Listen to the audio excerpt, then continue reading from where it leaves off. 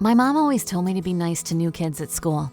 From as far back as I can remember, she always told me about how it feels to be the new kid and not know anyone. She always encouraged me to think of how things felt for someone else. My mom had never lied to me. Plus, she had tons of friends, so I always really responded to advice she gave. Last week, there was a new girl that came to my grade 9 homeroom. She was weird, I'll admit. She had this strange, shaggy hair that hung well over her eyes, so you really couldn't even see what she looked like or if she was even looking at you when you were talking to her. She really stuck to herself and always seemed to be doing something wrong.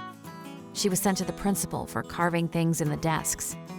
When I walked by her desk one day, I saw that her carvings were actually really good. One was a mountain scene with a winding stream, and another was a cabin in the woods. I had always made a point to say hi to her, and she said hi back, but it seemed very suspicious, like she didn't trust my greeting. One day when she was sitting alone in the cafeteria at lunchtime, I decided to really find out who she was and what she was like. I sat down next to her without saying a word. I could see other nosy students staring, but didn't care.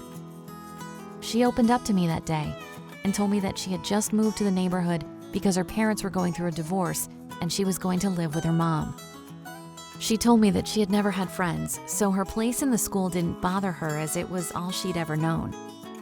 I spent that night wondering what it would really be like to be a total outcast, to be looked at strangely, and to be used to it. I talked to my mom about her, and she said how proud she was of me for making the effort. She talked about karma and how important it was to always try and be the best possible person to other people. The next day, things escalated quickly, and the new girl had gone from social outcast to someone being bullied. I had always hated bullies, and mean girls were the worst. I was walking down the hallway when I saw that new girl was being surrounded at her locker by all the pretty girls. I slowed down and bent over to get a drink from the water fountain so I could figure out what was happening. The girls were asking the new girl why she wore her hair that way, and didn't she have scissors? I looked in horror as I noticed one of the girls had a pair of scissors concealed behind her back. Just as she was about to expose them, I walked up behind her and plucked them from her hands. She spun around with fire in her eyes. She said, "Just what do you think you're doing, weirdo?" I said, "Oh, I get it. Now I'm a weirdo too." I asked her what she was planning on doing with the scissors, and she just stammered an awkward response of, "None of your business."